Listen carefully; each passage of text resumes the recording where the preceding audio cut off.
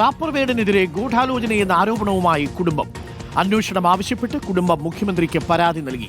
രാഷ്ട്രീയ ഗൂഢാലോചന സംശയിക്കുന്നുവെന്നും സ്ഥിരം കുറ്റവാളിയാക്കാൻ ശ്രമം നടക്കുന്നുവെന്നുമാണ് വേടന്റെ സഹോദരൻ പരാതി നൽകിയിരിക്കുന്നത്. ശരണ്ണുണ്ട് കൂടുതൽ വിവരങ്ങളുമായി.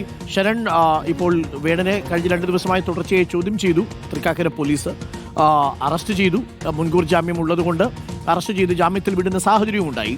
ചില കാര്യങ്ങൾ തനിക്ക് തുറന്നു പറയാനുണ്ട്. ഈ കേസും കൂട്ടവും അവസാനിച്ചു പറയാം എന്നാണ് വേടൻ പറയുന്നത്. ഇപ്പോൾ വേടന്റെ കുടുംബം മുഖ്യമന്ത്രിയെ സമീപിച്ചിരിക്കുകയാണ്. എന്താണ് മുഖ്യമന്ത്രിക്ക് കൊടുത്ത പരാതിയിൽ പറയുന്നത്?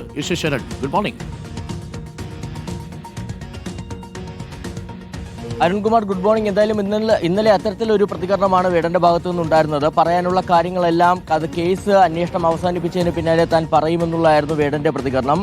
അതിന് പിന്നാലെ ഇപ്പോൾ കുടുംബത്തിന്റെ പ്രധാനപ്പെട്ട ഒരു ആരോപണം, അതായത് കുടുംബം മുഖ്യമന്ത്രിക്ക് പരാതി നൽകിയിരിക്കുന്നു എന്നുള്ളതാണ് പ്രധാനപ്പെട്ട കാര്യം. അതായത് ഈ വേടനെതിരെ തുടർച്ചയായി ഉയരുന്ന ആരോപണങ്ങൾക്ക് പിന്നിൽ ഗൂഢാലോചന ആരോപിച്ചുകൊണ്ടാണ് വേടന്റെ സഹോദരൻ മുഖ്യമന്ത്രിക്ക് പരാതി നൽകിയിരിക്കുന്നത്. അതിൽ പറയുന്നത് ഇങ്ങനെയാണ്. അതായത് ആദ്യം വേടനെതിരെ ബലാത്സംഗ കേസ് വരുന്നു. ആ ബലാത്സംഗ കേസിൽ മുൻകൂർ ജാമ്യാപേക്ഷയുമായി വേടൻ ഹൈക്കോടതിയെ സമീപിക്കുന്നു. അത് കോടതിയുടെ പരിഗണനയിലിരിക്കെയാണ് മറ്റ് 2 പരാതികൾ കൂടി വരുന്നത്.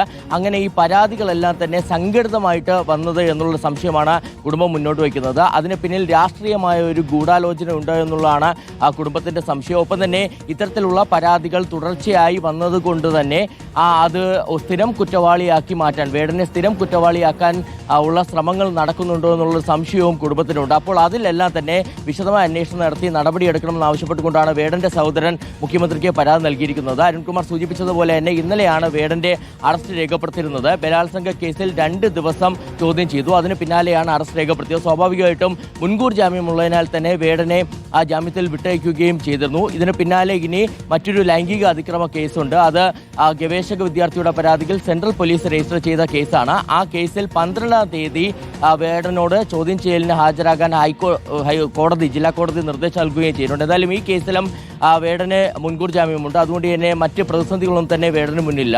എങ്കിൽ പോലും ഇപ്പോൾ ഉയരുന്ന ഈ പരാതികൾക്ക് പിന്നിൽ ഗൂഢാലോചനയുണ്ട്. അതിനെക്കുറിച്ച് അന്വേഷിക്കണമെന്ന് ആവശ്യപ്പെട്ടുകൊണ്ട് കൂടിയാണ് ഇപ്പോൾ വേടന്റെ കുടുംബം മുഖ്യമന്ത്രിക്ക് പരാതി നൽകിയിരിക്കുന്നത്.